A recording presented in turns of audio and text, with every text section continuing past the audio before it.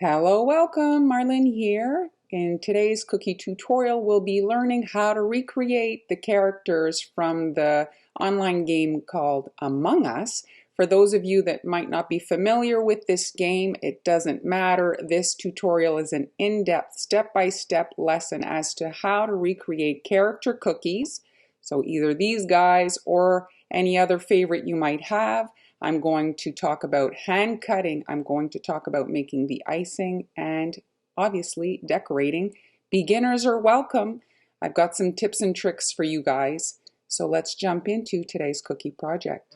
I did purchase a cutter, which just makes the cutting of the cookies that much easier, but you can print off a template and cut it. This is cardstock. A cardstock template just works a little bit better when you're hand cutting your cookie dough, since you can kind of like press against it with your blade. And when hand cutting, I recommend using an X-Acto and not a paring knife. It will give you a better line.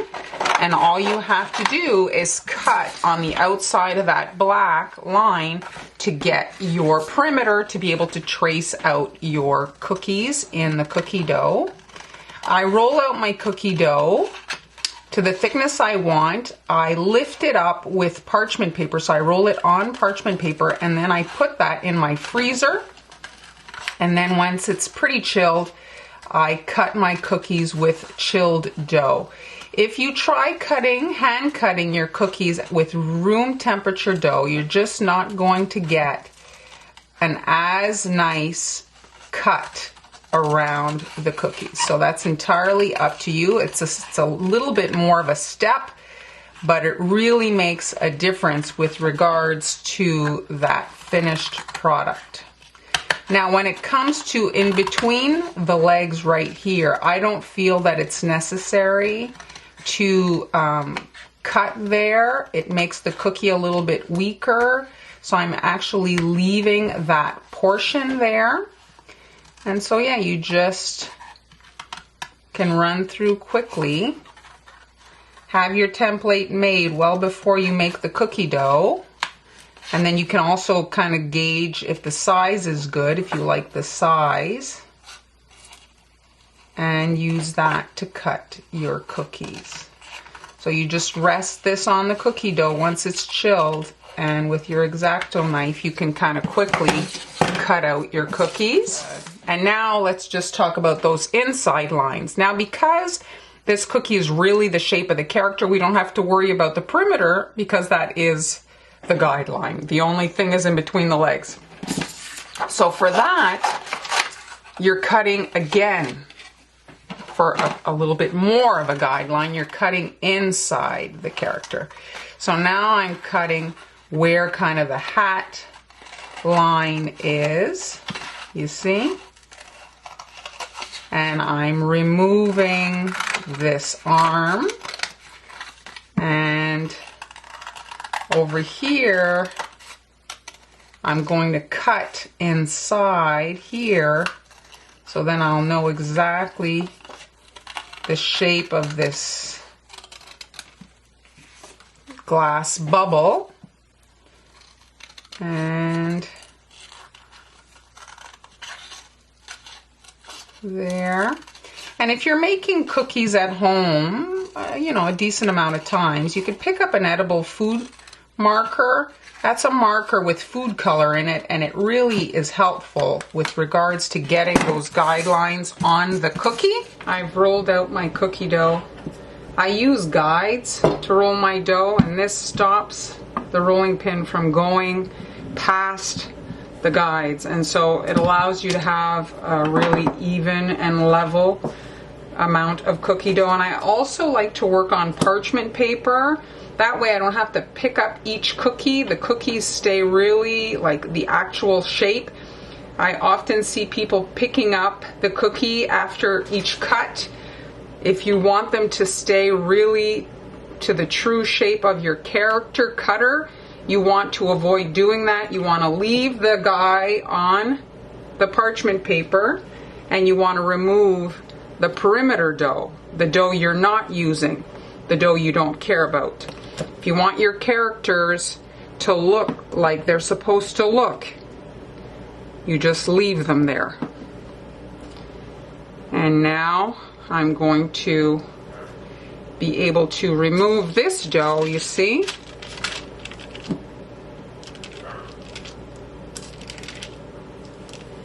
Like that. And I'm going to pick up that parchment paper and put that in the freezer with the cookies, and that way everything is going to stay really true to the character. People won't need to wonder what on earth these cookies are. Mind you, most people might not know who these guys are. I just so happen to have teenagers. If you have trouble getting into an area like here, you can use a toothpick. I have this needle thing, but a toothpick will do the job. You want to remove the dough so that you can actually re-roll it to make more cookies. So now I'm just going to show you quickly. I can pick it up with the parchment paper, put it on my cookie sheet, and put them in the freezer. I like to bake my cookies frozen so that when they go in the oven, they bake from the outside in. The outside kind of sets, and then the cooking process goes to the middle. Quickly show you here on the cookie sheet, you want to make sure that they're not curled up along the edges. You want them flat so that they freeze flat and therefore bake flat. You put them on the side, they'll get rounded. Here are my cookies, and you can see the shape is pretty true to the cutter, and that is thanks to not using baking powder. Baking powder, baking soda is in almost every cookie recipe, but it's a leavening agent. It causes the cookie to get kind of like to rise and become fluffy. Yes, you're going to have a more crunchy cookie, but that's kind of the trick to keeping the shape true to the character.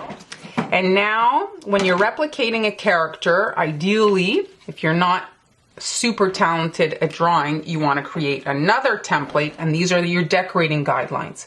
And I've cut it a little bit more now, and I'm able to come in. Oh, I'm going to use this. Okay, so now this is a marker with food color in it, and it allows me to draw on my cookie, and then I'll be able to decorate my guy and know where to put my lines.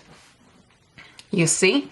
And now if we look at the character, it has more lines on the inside. He's kind of like two-tone. There's like shading. And so we're going to add that. I'm going to use a different color for the shading. And it's up to you if you want to just make him one color. They certainly don't need to have the multiple colors. But if you want it to look more like the real thing, then you'll mix kind of tones of the same color to create like a shading on the character. And then here, I'm just eyeballing the design to replicate. And if you're not that good at drawing, you just cut the template and trace, cut and trace. Like you can cut these lines and then use that as your guideline.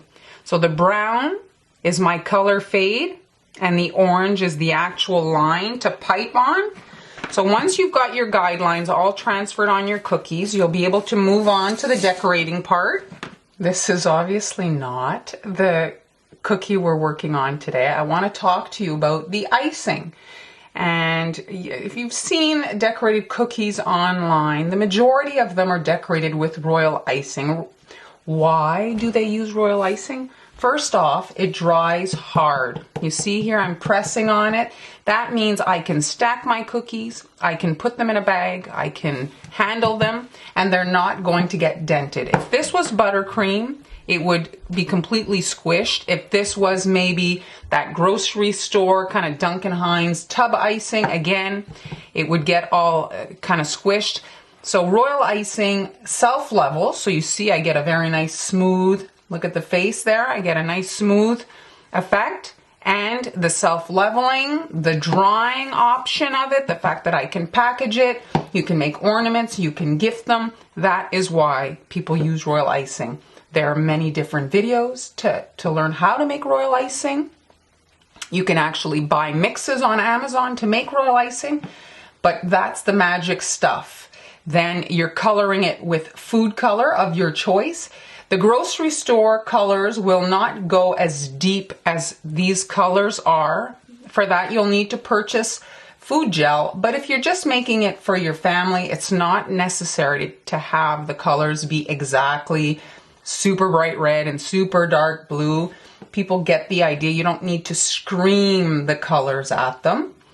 And yeah, so I'm going to show you now. Icing, royal icing, when you first make a batch, it's quite thick. And you add water to it, or you can add lemon juice as well, or you know, anything that doesn't have oil. And the addition of the moisture allows the icing to self-level. And you can see here as I shake the bowl, my icing is smoothing out.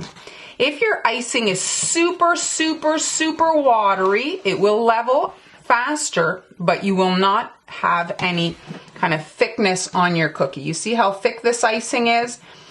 The runnier your icing, the more of a shellac finish you're going to get. You're not going to get like any kind of volume on your cookie. So now you see this icing. This is to outline the character. So you want a slightly thicker icing to do the outline than you do for the inside here. But you don't need to have a super thick icing to outline the cookie. That is a misconception. And the thicker the icing, the harder it is to squeeze it out of the piping bag piping tip. If you're a beginner and maybe your piping isn't super perfect, one of the things you can buy is sanding sugar. Sanding sugar basically is camouflage for a piped line. It just allows to kind of clean it up. And I'm going to show you the difference between using sanding sugar and not using sanding sugar. If you do opt to buy the sanding sugar in the black to do the outline, this will perk up your icing. If your icing is kind of dingy and looks gray, well, this black sanding sugar will take your icing to the deep black color that you want, and it gives it a really nice festive shine. And now I'm going to pop this icing into a piping bag. You're not going to be able to get the icing to recreate this fine line with a spatula or anything like that. You need to squeeze it out. Some people use sandwich bags. I personally have not had great success with a sandwich bag. The plastic is a little bit thin, so it can rupture, but you can try. Some people swear by them. I have another thing that I use. It's a tipless piping bag. You cannot buy Wilton plastic bags and not use a piping tip. The plastic is just too thick. So we're going to be using the tipless bags. We're going to do the two versions with the sanding sugar and without. Here is the piping bag I was mentioning. You see, it's like a grocery bag if I had to compare it to something. And I like to put it in a glass like that. And then you can easily put your icing in there. You don't need a lot of the outline color, obviously depending on how many cookies you're making, but on the overall design, that is not what the majority of the cookie is black, you know. And I'm just knotting it. So royal icing dries quite quickly. So if it's exposed to air, it's going to get all crumbly and crack like an eggshell. So you want to keep it protected from the air, and that's what's happening here in this sealed bag. I've got my tipless piping bag and I'm holding it in my hand and I'm squeezing gently, and you want to practice on a plate or something before you go onto the cookie just to get a feel for it.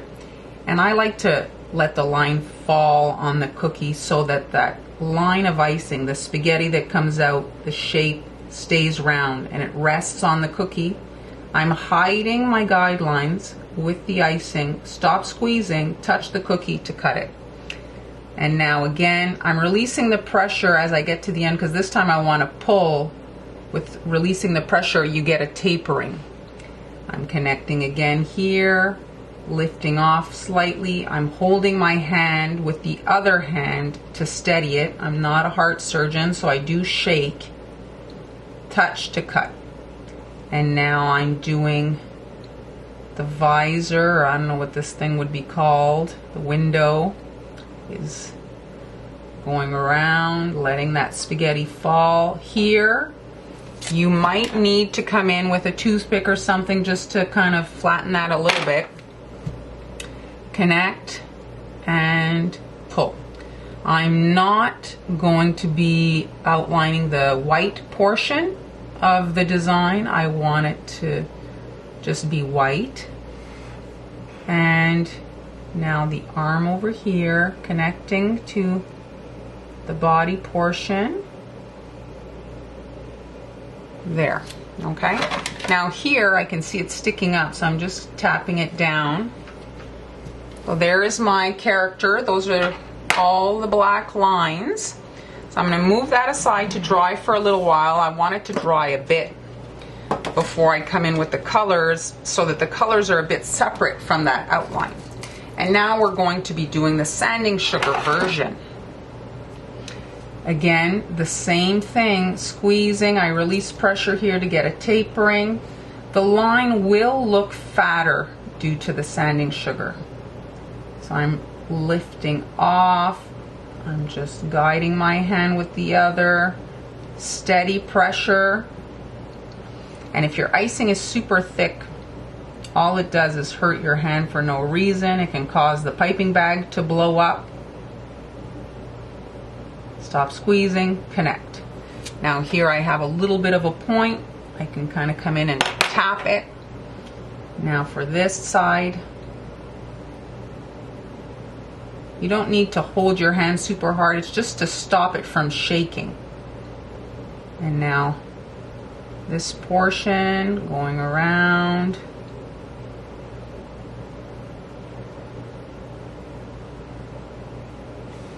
And it's a little bit up. I'm just going to tap that over here, connect and pull. Now for the last bit on that hat, I'm going to be doing the trim on the hat with some sprinkles. So I'm going to leave them. And now I've got my black sanding sugar, and while this icing is wet, freshly added, you want to sprinkle all that. And so if you dip, you're going to squeeze and squish your line. You want to keep that line rounded. So you're better to sprinkle. If you do choose to dip the cookie in the sanding sugar, do it very carefully so that you don't crush the line that you worked so hard to do. Now don't blow on your cookies to get the excess sanding sugar off. Rest that there. And now, if you're not liking your line, well, you can come in. What happens with the sanding sugar is it basically takes away the stickiness of it and allows you to kind of shape it. So you can come in with your clean hands. Don't wear gloves because the gloves will make it even more sticky. If you wash your hands, there's no problem. And you see here, I'm just removing the excess sanding sugar, and I'm able to further shape that line. And this is the best kind of hack, if you will, to fake having a nice piped line.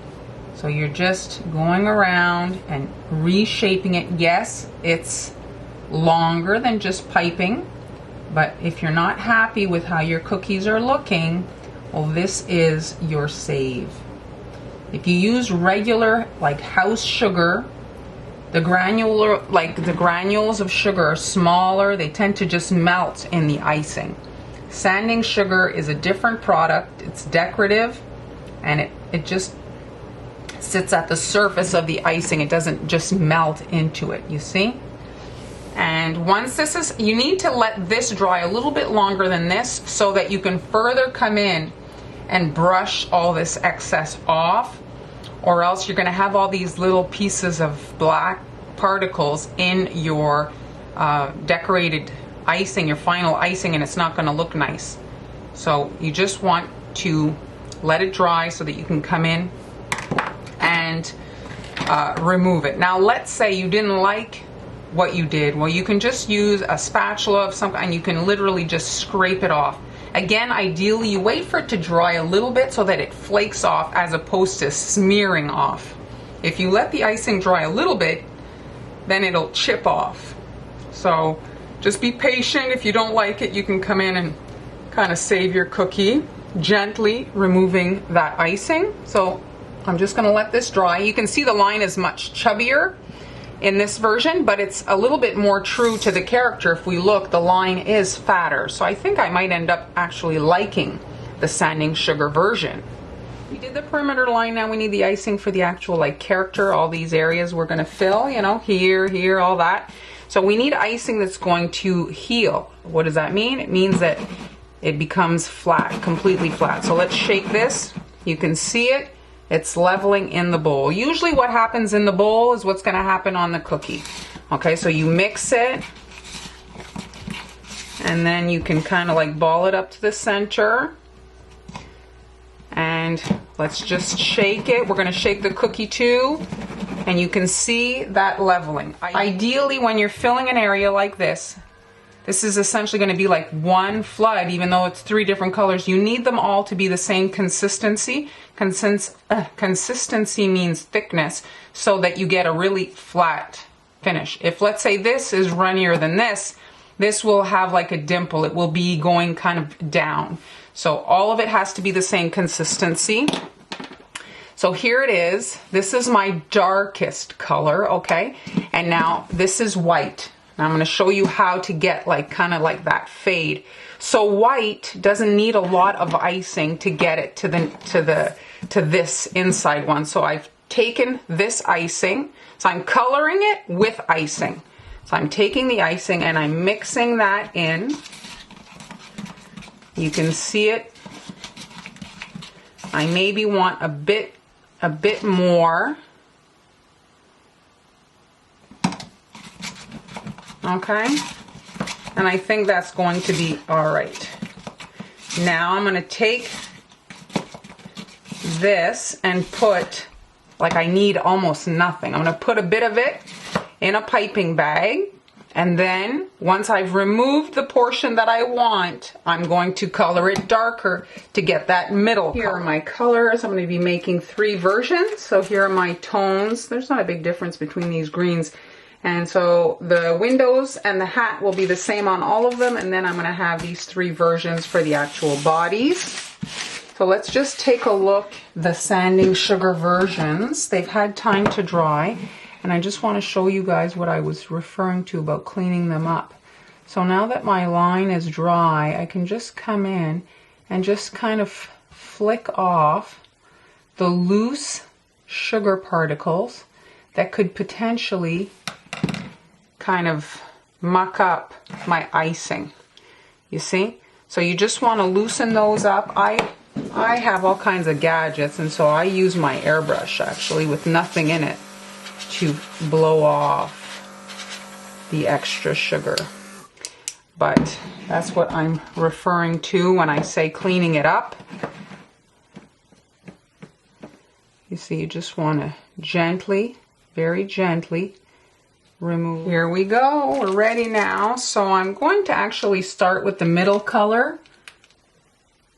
I'm connecting to that perimeter.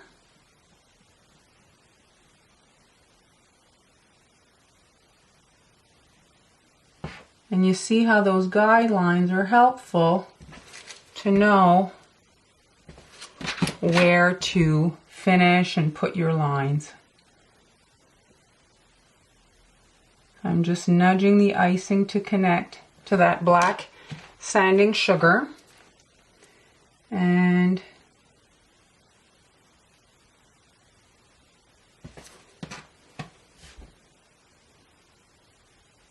I want to pull the medium color over here, and now my final dark.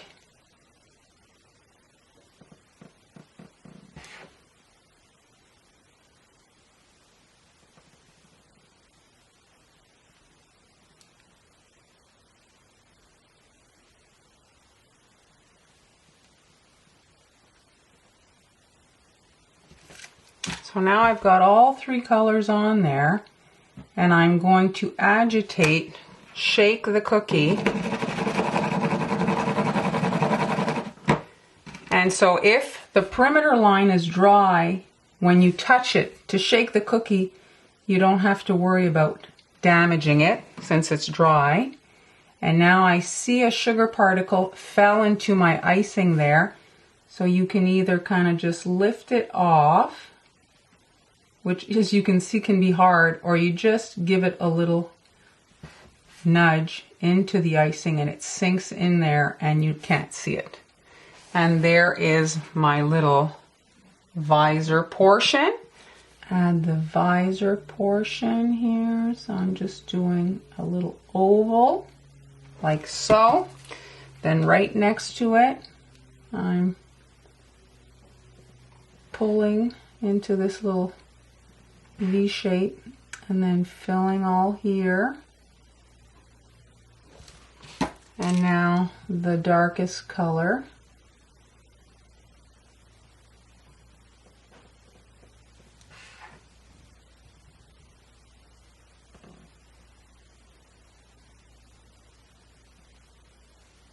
There.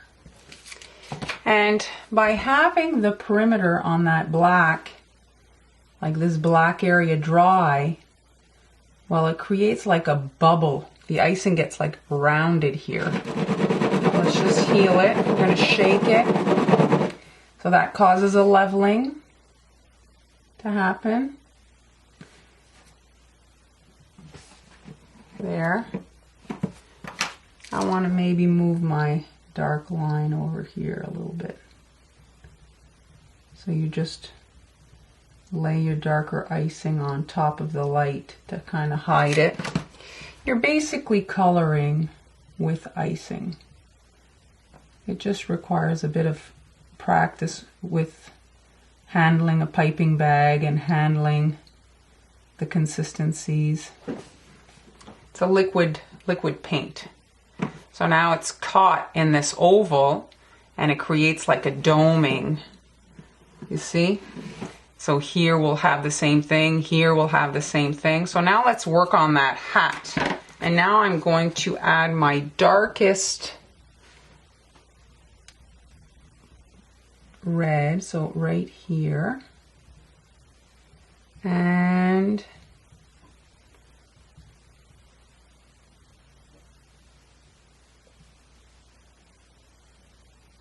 like that. I'm looking at the drawing as I work to kind of know where to put my icing. Now it isn't necessary to do the 2 tones of color for each section. The cookies would look very nice in one. It's just to really reproduce what they kind of look like. So you don't have to, like I say, go to the trouble of making all those colors. That is very long. People will get the idea even though there's just one shade of red or one shade of blue in that mask. There. So now we have our 2 sections done. I'm going to start here with the light green. I'm going to do the whole arm before moving on to the body, just so that I have time to get them to heal well together.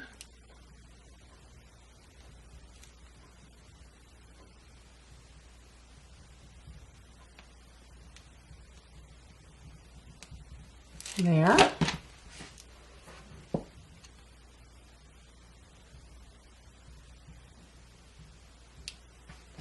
And a little rocking.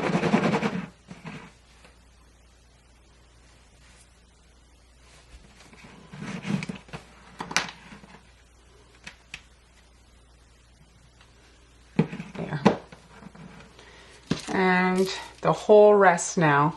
So this is all the light green down to here. So this is where we like our guideline.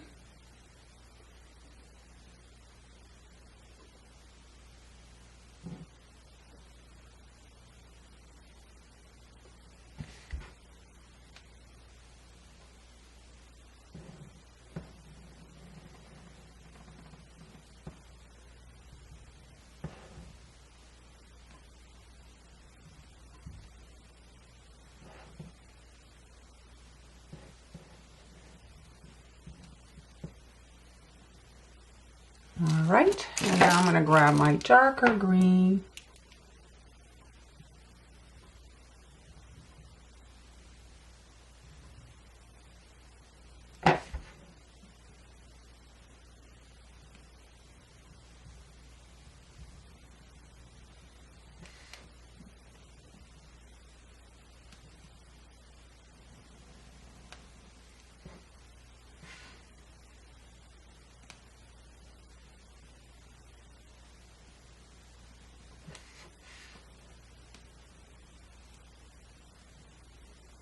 And let's give this guy a little shake.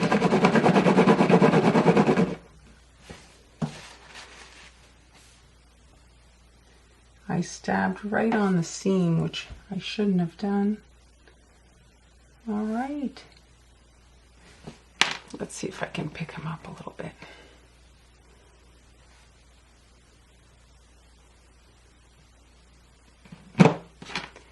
And you can see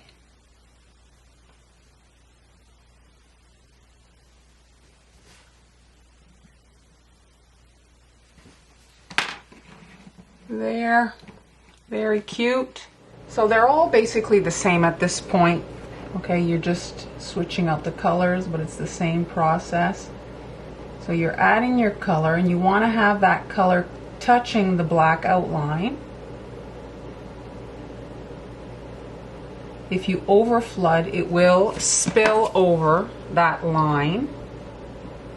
It isn't that high, so you don't want to go too crazy with your icing. You're better to have to add more than to overfill and then have to contend with cleaning that black outline because it's covered in your colored icing. Now when I shake it, no different than the mask, the icing heals, you see? So there we go. And now I'm going to do the rest of the character.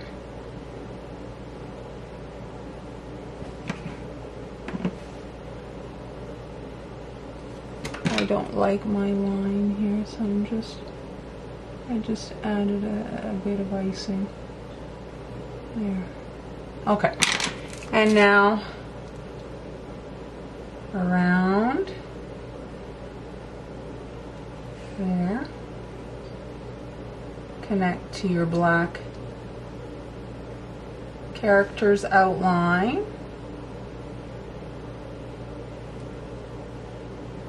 And once the perimeter line is dry, well, it's just much more forgiving. If you press on it, the pressure of this orange icing is enough to make an icing line move if it's not dry. So you're probably better to let it dry so that when you come in and pipe, you don't have to worry about nudging it over from the pressure of this line.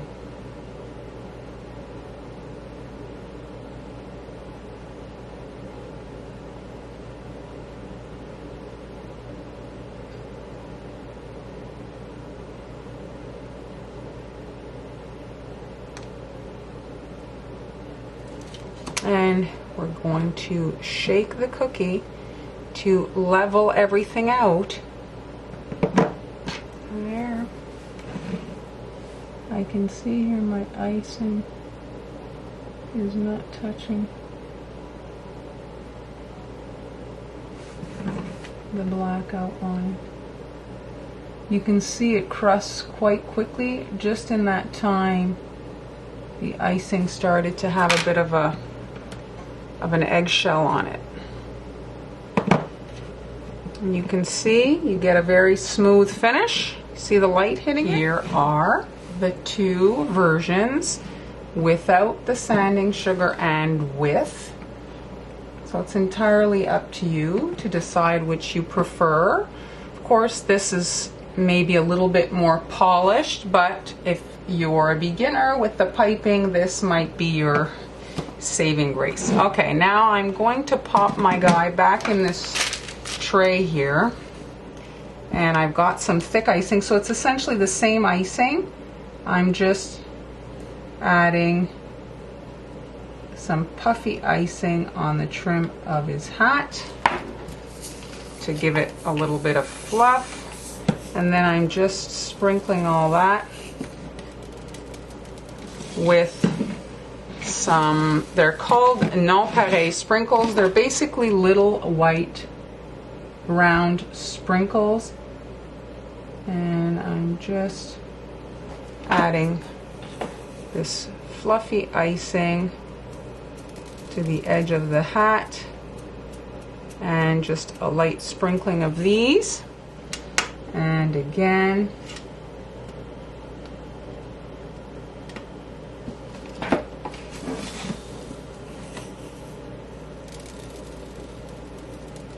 and that's the great thing about royal icing. You can either do a flat or a puffy icing.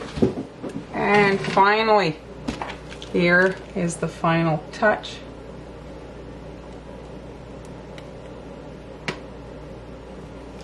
And a little sprinkling of that. And we have, here you can see the two versions with the sanding sugar with just a piped line.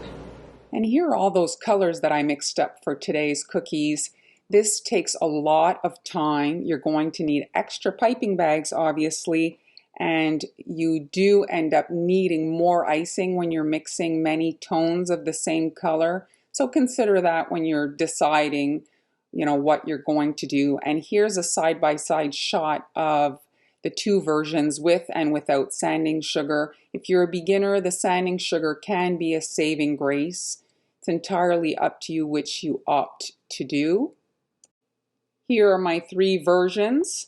You could obviously, there's infinite possibilities. Switch out the hat, switch out add a little tool or a little weapon in his hand, make the baby version.